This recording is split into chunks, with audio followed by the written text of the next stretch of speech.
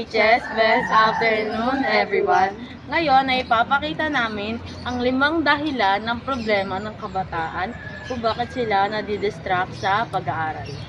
Dito, sa gold lane. Oh, wait. Kunin nyo na yung Lord lang. Hoy mga tayo, nagawa nyo na ba yung assignment sa AP? Wag na. Ano, wag na, mapapagalitan kayo minsan pag di nyo ginawa yun. Maaga pa, may oras pa para. Bahala kayo, mauuna na. Ay, sabay na tayo! Uy! Nagpasok pa kayo? Oo! Pero huwag na pumasok, sama na lang kayo sa amin. Magtatakong punta kami sa mall. Sama kayo. Di yan, di naman ko malalaman eh. Wala magsusumbong. Basta huwag kayo magsusumbong ha. Oo. Halika na! Tara. Let's go! Uy, alam mo ba yung balita? Alam mo daw si Kevin daw, tsaka si ano, nawawala na daw sila ng interes sa pag-aaral. Yes, ito? Hindi ko nga alam eh. Parang ano, ang daming daw nagsasabi, bagsak daw sila sa lahat. Yes, si Gala yan. Oo eh. Lalo kasi yung magsabi. Grabe na talaga mga kabataan ngayon. Shot! Hoy, ano yung ginagawa nyo?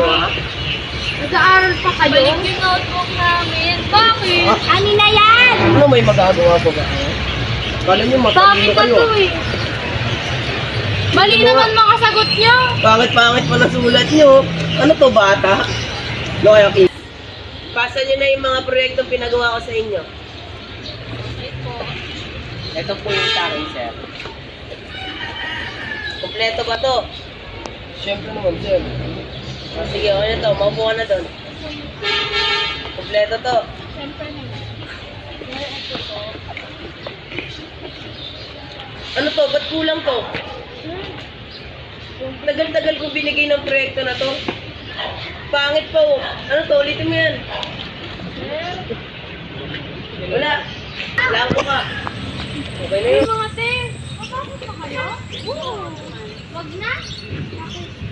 Wala naman din silang gagawin ngayon eh. Baka magpagalitan kami.